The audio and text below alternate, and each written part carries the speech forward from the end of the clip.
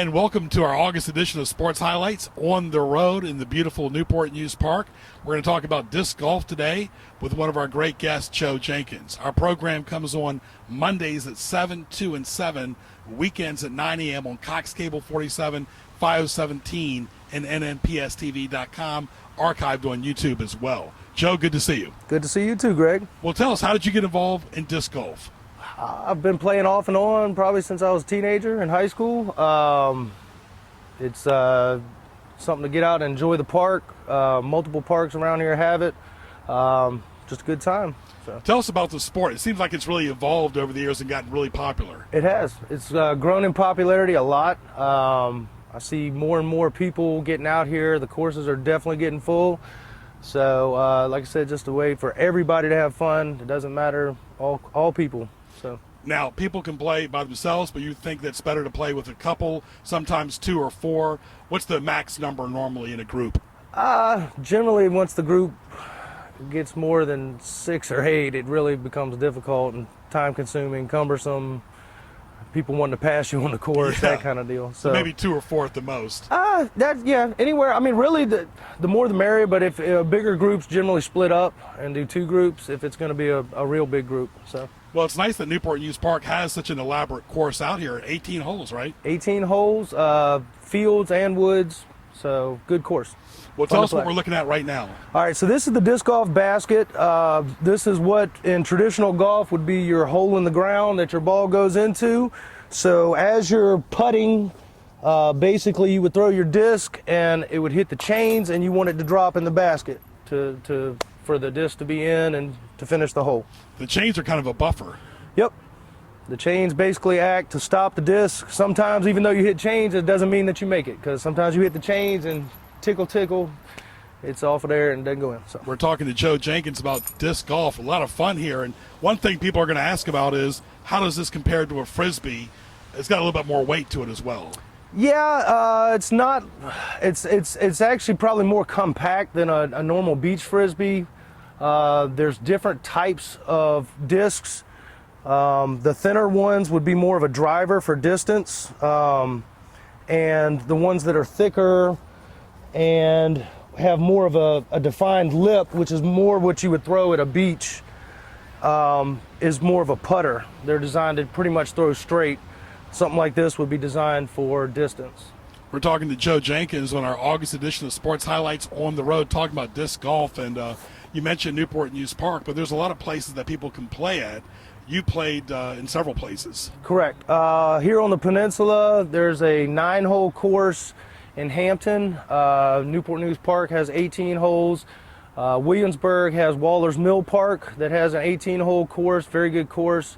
And New Quarter is in York County, New Quarter Park, really good course as well. And there's always protocol and etiquette. Joe, explain to us about reservations and the cost at this park and various places that you played in. Okay, most parks are going to have a small fee, nothing like I said, traditional golf. Here at Newport News Park, when you first come in, the Welcome Center, you would actually go in and check in. People that do it all the time can buy a season's pass to where they don't have to stop every time. But if it's your first time, support your local park. Stop at the Welcome Center. I believe it's like $4 to play all day.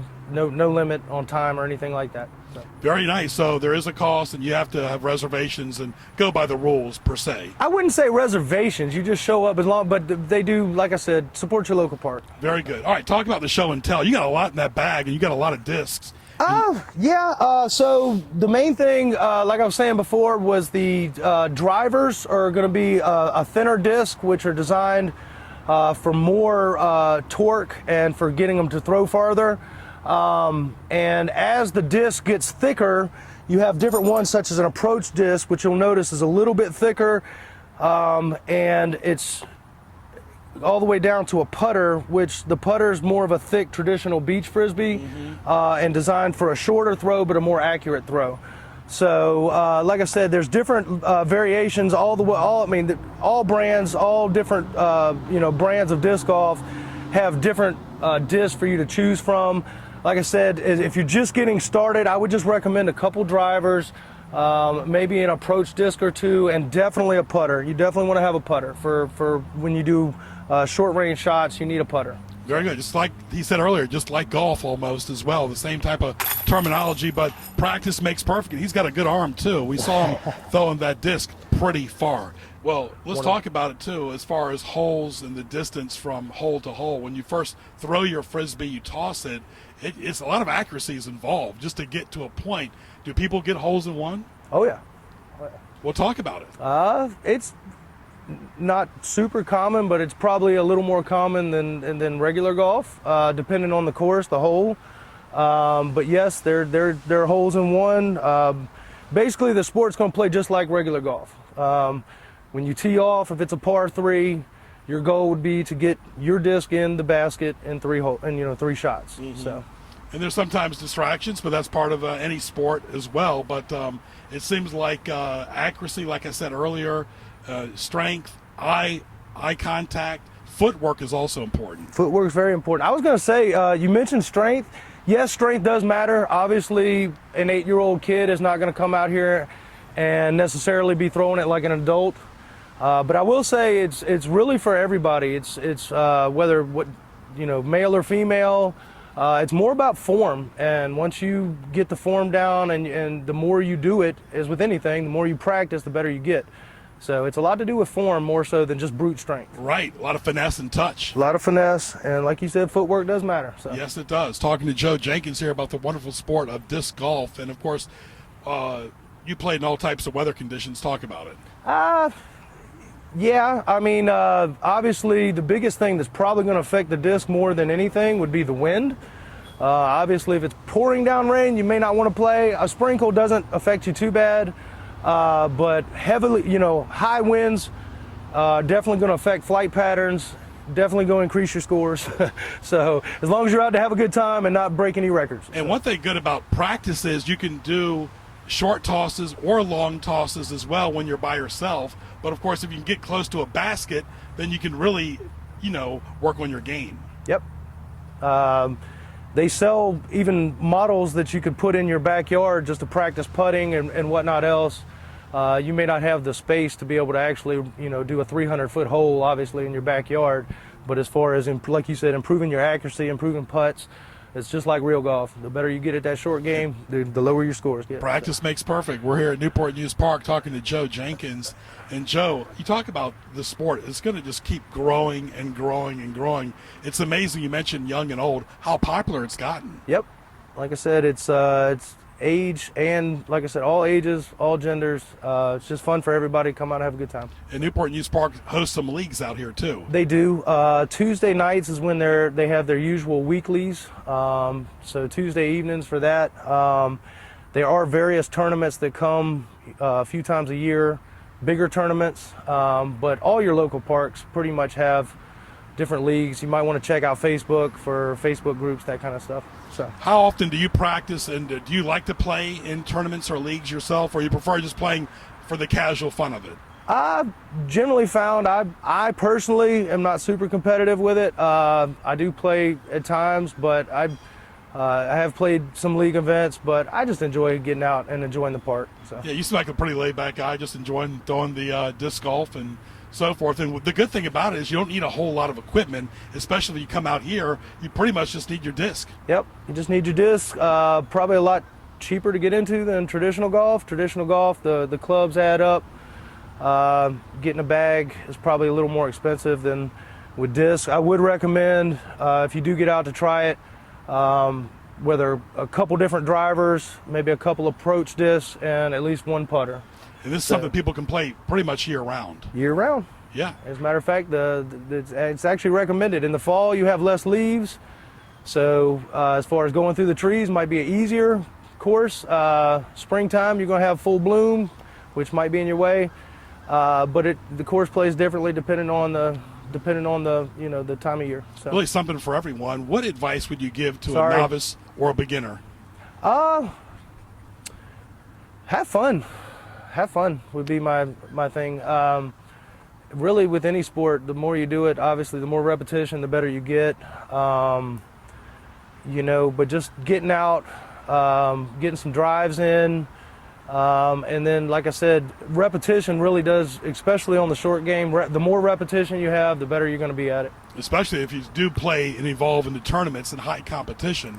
Repetition, practice when nobody's looking, when you're alone or with one-on-one, because that's how you develop your skills. That's correct. And your confidence, too.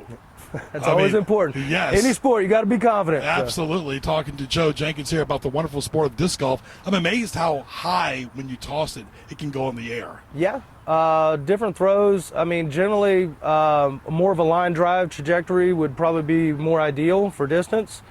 In relation to the beach frisbee that we just talked about, the higher you get, it's probably going to loop and flop and won't get the distance, but a nice, crisp, flat line drive throw is actually what you're after. So. Absolutely. What advice would you give to young and old about taking up the sport? They can go on YouTube and see a lot of videos. They can watch this show and learn from it as well. Yep. Just get out there and practice, correct? Yeah, get out, practice. Once again, just have a good time. I mean, really, that's what it's about. You get out, enjoy the park. Yeah, there you go. Talking to Joe Jenkins right here, wrapping up the first part of our interview on the Newport News Park's wonderful sport of disc golf out here. Stay tuned for our second segment, which will be a world record segment. Stay tuned for that, a little tease right here on Sports Highlights. So really, again, it's just a matter of practice, developing your skill, finesse, footwork. Don't try to get a hole-in-one all the time, because if you try to do a hole-in-one, you can sometimes be disappointed. Yeah, I was about to say, you'll find out when you're teeing off from 300 feet away, it's not as easy as just try to get a hole-in-one every time. Right. You just try to get it close, so that way your next shot's ready as you can approach. Like I said, it plays just like regular golf, where you're trying to get in as least amount of strokes as possible. And just like golf, it's a humbling sport as well sometimes, too. When you're first out there practicing, you don't expect to be the Tiger Woods of disc golf. No, but I will say this. Most of the time, anybody I've talked to generally will agree, even if you're not the greatest, just getting out and having a good time, there will be always one shot per game that just brings you back every time. Wow, I can't believe that was a good shot. That was something that just really you enjoy. So. Especially we just got over COVID, being out in the fresh air and the outdoors. It's a lot of fun, in the nature, too, and the beauty. Definitely is. Yep. All right. Well, that was our first interview right there with Joe Jenkins, talking about the wonderful sport of disc golf. And like he said, young and old, a lot of finesse, a lot of good footwork, but it's a lot of fun. And that's the main thing we're getting out of this, is have fun and come out and play as much as you can. That's right. All right. Very good. Thank you, Joe. All right. Thank you for having me. All right. Joe Jenkins right there on our first segment of Sports Highlights for our August edition. Hope everybody's had a good summer so far. Stay tuned for our next guest right here on the show. I want to be a historian. I want to be a marine scientist. I want to be an oceanographer. I want to be an astronaut. I want to be a zoologist. I want to be an engineer. Virginia is rich in educational resources. Virginia is for. Virginia is for. Virginia is for. Virginia is for. Virginia's for learners.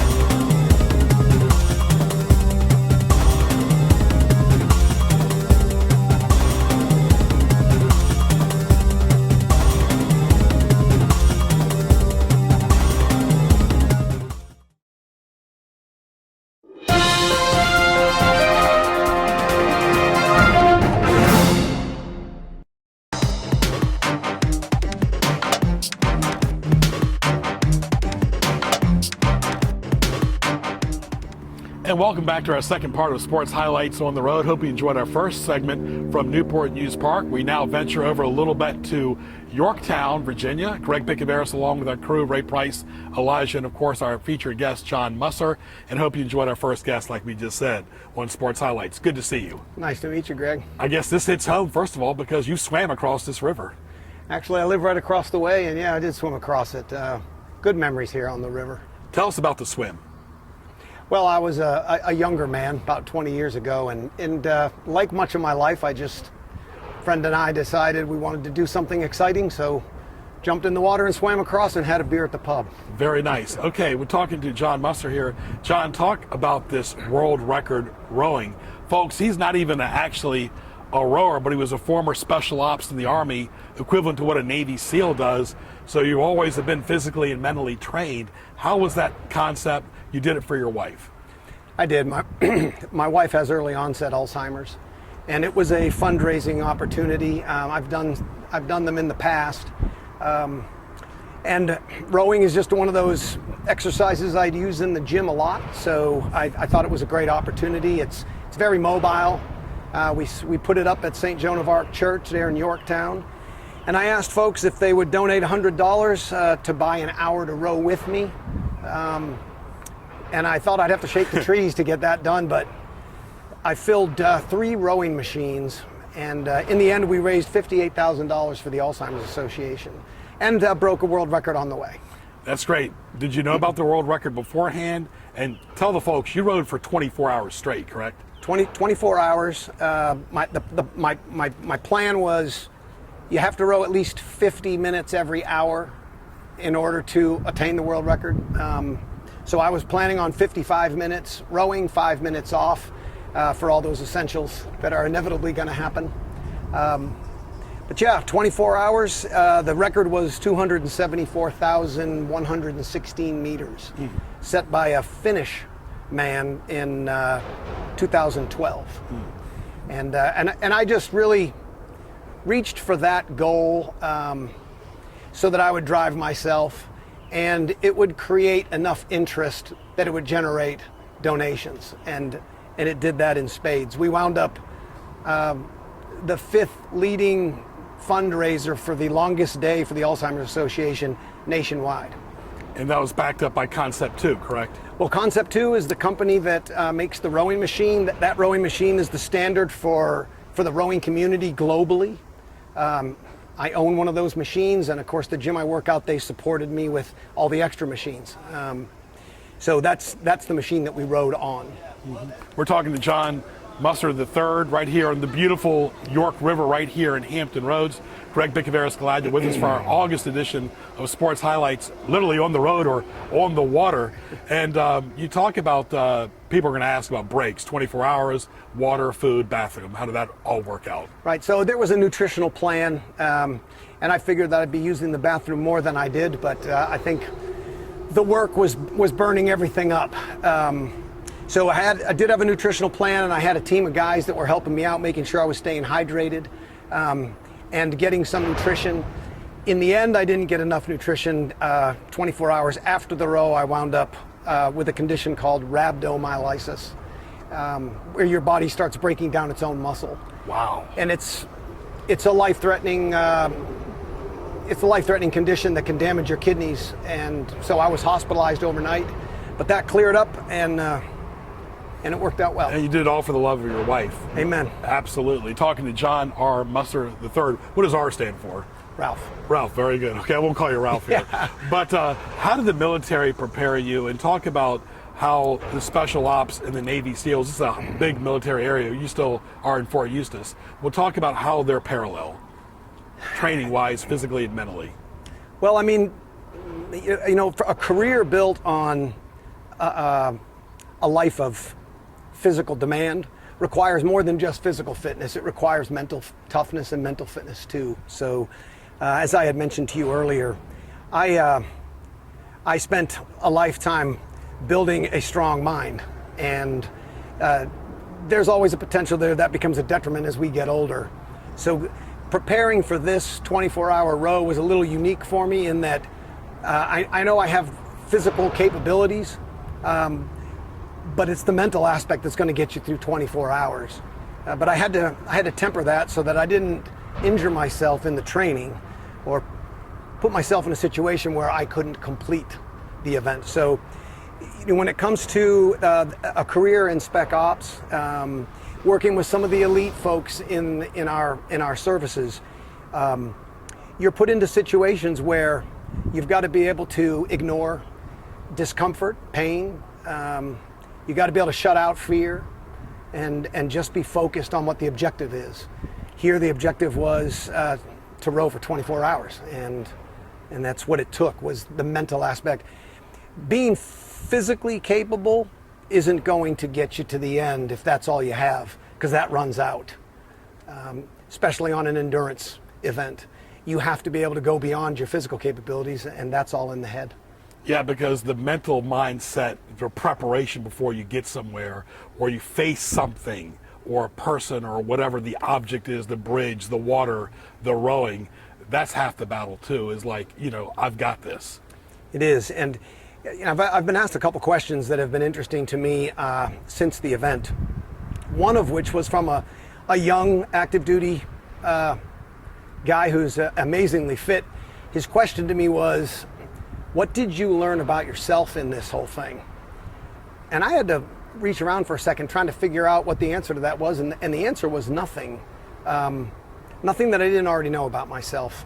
Being 58, almost 59, I've lived a life which has allowed me to understand who I am and what I'm capable of. Right, because the timing, you couldn't have done this at 48, even though you could have physically done it. You're doing this because it's parallel and relevant side by side with your wife. And that was a driving factor. So again, not only is there a physical aspect to things that you do and a mental aspect that gets you through it, but having purpose means something. Yeah. I was also the president of a motorcycle association and in the military. Their objective there is to have mentorship, but I went into that thing coming up with a motto for that program, and the motto was Ride for Reason. And I think when you attach reason to anything, you attach inspiration, and that also helps you achieve what you're trying to achieve. In this case, my wife's condition, and really, I dedicated this towards the caregivers, not because I am one. I mean, I am one, but I have attributes that a lot of caregivers don't have. Most of them are much older than I am. Most of them have physical ailments themselves that they give up so that they can take care of the person that they love. I wanted to express that, and then the 24 hours was a microcosm of a caregiver's journey where you've got all the energy in the world initially, but as time goes on and you start to struggle, you want to be able to look left and right and find inspiration from the people around you and help. Mm-hmm. And the struggle becomes very real, and that all played out in a 24-hour row. Because it's the before and after too. And the process is the actual row, but the before, the preparation before, the love of your wife, the physical and mental endurance, and the rewards or the afterwards, you accomplish something that will be everlasting. Well, the record won't overlay, that'll get broken. That's nothing. But the money that I raised, can't take that back. We'll talk about the money you raised. So we raised just over $58,000. And as I said, of thousands of these events for the longest day nationwide, the Alzheimer's Association tracks the top 100, and we were number 5 nationwide in fundraising. Mm-hmm. The Greater Richmond chapter objective was to raise $50,000 or $53,000 for the entire chapter. Mm-hmm. So that makes me smile. Right. In fact, I was asked by another media outlet what it felt like to break the world record. And I was really grasping around for an answer to that, and I couldn't come up with one. Mm-hmm. But I had this smile on my face, and I told her, if I was 20 or 30, I might be able to answer that. But what's making me smile right now is all of that data about the funds we raised. Right. That really feels great. Talking to John R. Musser, a world record rower, and of course, former, serviceman in the Army as well. Talk about, you've lived in a lot of different places. Talk about where you were born at and how it's helped you today set the foundation for your life. My dad was military. I was born in Philadelphia, but I grew up in New England. Left for the service when I was 17. I was an adventurous kid, so when I joined the service, I was looking for adventure. And you get that in places like Marine Recon, the SEAL teams, Special Operations, Special Forces, Rangers, all those folks. You get that kind of a opportunity and experience. And again, when you can attach that passion to a purpose in serving your country, the sky's the limit. So, folks, when you think of the word can, you think of John R. Musser. Leave us with people out there who are doubting themselves right now, or physically and emotionally, saying, I can't. The word can't means you don't want to, in my opinion. What are your thoughts about inspiration, goals, for the people that are keep on keeping on, and also the ones that are the naysayers? I think if you're self-focused, you're doomed. If we live our lives with purpose and we live our lives realizing that our existence isn't to serve ourselves, then we stop thinking about what we can and cannot do. If you're living your life for the people around you, the community around you, you don't worry about what I can or can't do. You just worry about what you bring to others. And you'll find the benefits personally in that kind of mindset. Yeah, just like a bridge to get to where you're going, you faced obstacles your entire life. Talk about what a typical day was like for you, even recently. What's a typical day for you like? Well, yesterday, I go into work Tuesday through Friday. I'm at home on Mondays. Yesterday, I got home at 2 o'clock. Was told by a tree guy that 50-foot oak tree is a danger to your house and it's dead. It needs to come down. I went and got a lift and started cutting away at this tree till about 8:30 last night. And so you can cut trees too, huh? Yeah. Taken a lot bigger trees down than that. Yeah. And done it without as much intelligence as I used yesterday. Yeah. As I said, I'm in a situation now where I realize I need to survive my wife. So everything I do, I got to do a little smarter than I used to. There you go. John Musser, thank you for your time, your talent, your treasure. Not only are you a service our country, but also you swam across this body of water and you set a world record in rowing, and love of your wife as well. Well, thank you. I appreciate My your time. pleasure. Always good to see you. John R. Musser III, right here in beautiful Yorktown, Virginia, at the York River. Of course, he was an excellent man in the military. He's still working in Fort Eustis today. And of course, he set a world record. And that's only a good timing because the Olympics is going on right now, too. So for Elijah Price, Ray Price, our first guest as well, Joe Jenkins and John Musser, I'm Greg Picaveras. Happy August, and we'll talk to you soon.